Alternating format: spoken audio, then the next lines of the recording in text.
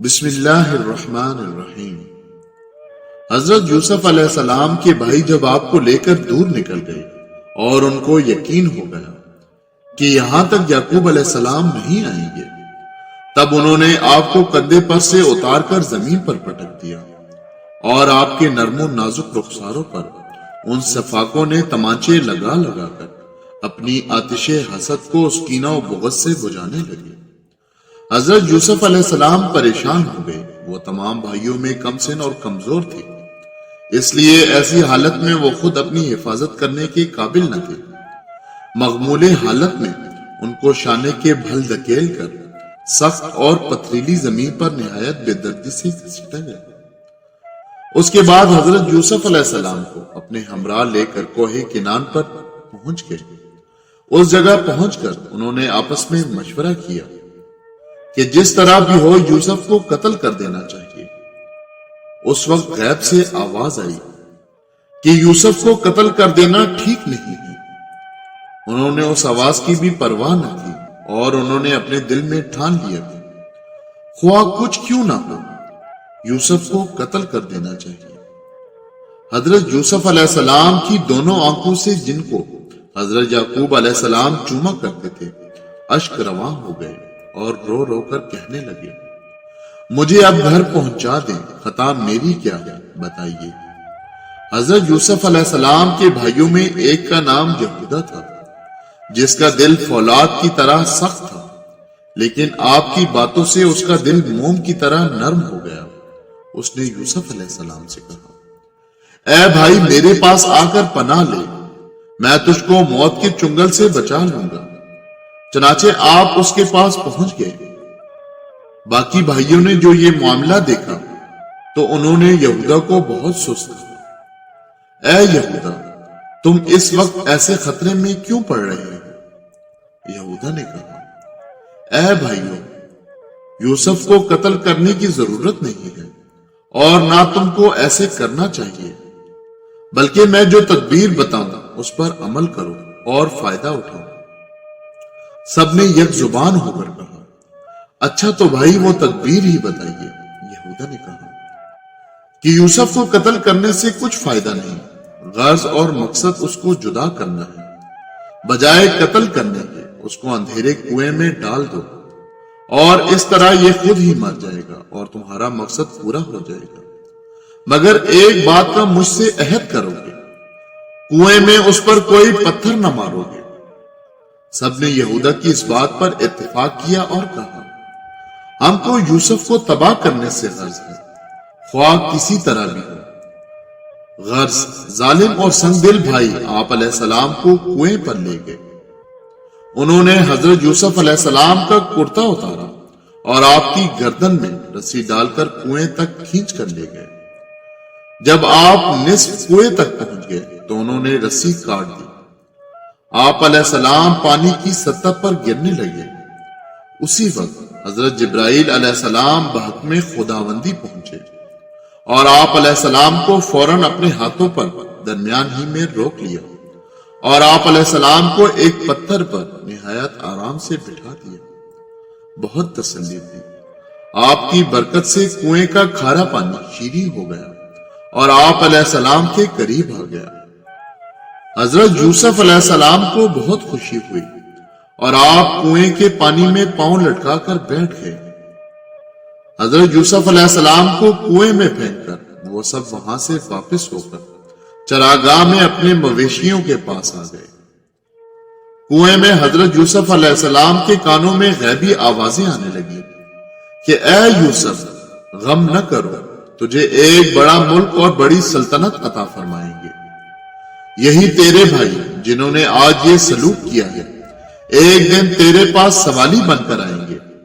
حضرت یوسف علیہ السلام کے بھائی جب اپنے خیال میں آپ کو ختم کر چکے تو انہوں نے ایک بکرا ذبح کیا اور اس کے تازہ خون میں حضرت یوسف علیہ السلام کا کرتا تر کیا تاکہ حضرت یعقوب علیہ السلام کو دکھائیں اور ان سے کہیں کہ اے باپ تیرے یوسف کو بھیڑیا کھا گیا اور یہ کرتا اس کی نشانی ہے۔ پھر وہ سب روتے ہوئے گھر کو واپس لوٹے۔ حضرت یعقوب علیہ السلام جو ابھی تک اپنے نور چشم یوسف کے انتظار میں رہگزر پر ہی بیٹھے تھے، ان کے کانوں میں رونے کی آوازیں آنے لگی۔ حضرت یعقوب علیہ السلام گھبرا گئے۔ آپ علیہ السلام سمجھ گئے کہ ضرور اس کے یوسف پر کوئی مصیبت نازل ہوئی ہے۔ تھوڑی دیر بعد وہ سب کے سب وہاں پہنچ گئے اور رو رو کر کہنے لگے، اے باپ، کچھ دور جانے کے بعد ہم سب ایک جگہ جمع ہوئے۔ ہم سب میں یہ بات طے ہوئی کہ ہم سب بھاگ کر دیکھیں گے کہ کون آگے نکلتا ہے۔ چونکہ بھائی یوسف چھوٹے تھے، اس لیے ان کو اپنے ساتھ بھگانا مناسب خیال نہ کیا۔ چنانچہ ہم نے یوسف کو کپڑوں کے پاس بٹھایا اور خود بھاگ پڑے۔ اے باپ، اس وقت ایک بھیڑیا آیا اور اس نے حضرت یوسف کو پھاڑ ڈالا۔ اے باپ، اگرچہ یہ سچی بات ہے، مگر آپ کب باور کریں گے؟ حضرت یعقوب علیہ السلام کو جب ذرا ہوش آئے تو آپ روئے۔ بیٹوں نے خون کی ڈوبی ہوئی یوسف کی قمیض دکھائی تاکہ باپ کو اس پر شک نہ گزرے۔ آپ علیہ السلام نے فرمایا، بڑے تعجب کی بات ہے کہ یوسف کو تو بھیڑیا پھاڑ ڈالے اور اس کی قمیض سلامت رہے۔ بیٹوں نے کہا، آپ خواہ مخواہ ہم پر قتل کا الزام لگا رہے ہیں۔ انہوں نے یہ خیال کر کے بھیڑیا بے زبان جانور ہے، کیا بتا سکے گا؟ باپ سے کہا، اگر آپ ہم کو جھوٹا خیال کرتے ہیں تو ہم اس بھیڑیے کو پکڑ لاتے ہیں۔ چنانچہ وہ جنگل میں پہنچے اور جال بچھا کر ایک سرخ رنگ کے بھیڑیے کو گرفتار کر لیا اور اس کو باپ کی خدمت میں لے آئے۔ بھیڑیا شرم سے اپنا سر جھکائے کھڑا رہا۔ حضرت یعقوب علیہ السلام نے کہا، اے بھیڑیے، تو نے میری ضعیفی کا بھی خیال نہ کیا۔ آخر میری یوسف نے تیرا کیا بگاڑا تھا جو تو نے اسے کھا لیا؟ حضرت یعقوب علیہ السلام نے بھیڑیے کو قسم دے کر کہا کہ تو صاف صاف بتا کہ میرے یوسف پر کیا گزری، تو نے اس کو کیوں کھایا؟ بھیڑیے کی دونوں آنکھوں سے آنسو ٹپک رہے تھے۔ اس نے کہا، اے پیغمبر خدا، درندہ ہو یا خاک ہو یا آتش، سب پر نبی کا گوشت حرام ہے۔ مجھ پر تیری اولاد نے جھوٹا الزام لگایا ہے، میں بالکل پاک ہوں۔ بیٹوں نے بھیڑیے کی زبان سے یہ بات سنی تو وہ دم بخود رہ گئے اور ندامت سے اپنے سر جھکائے۔ بھیڑیا جنگل کی طرف چل دیا۔ حضرت یوسف علیہ السلام جب کنویں میں گرے اور حضرت جبرائیل علیہ السلام نے آپ علیہ السلام کو تھام کر پتھر پر بٹھا دیا، اس کے بعد اللہ تعالیٰ نے اس کنویں کی تاریکی دور کر کے اس کو روشن کر دیا تاکہ یوسف علیہ السلام کا دل نہ گھبرائے۔ اتفاقاً اس جگہ ایک مصری قافلہ آ کر اترا۔ قافلے والے کھانے میں مصروف تھے، پانی کی ضرورت ہوئی تو قافلے کے سردار نے اپنے غلاموں کو پانی کے لیے بھیجا۔ غلام نے اپنا ڈول کنویں میں ڈالا۔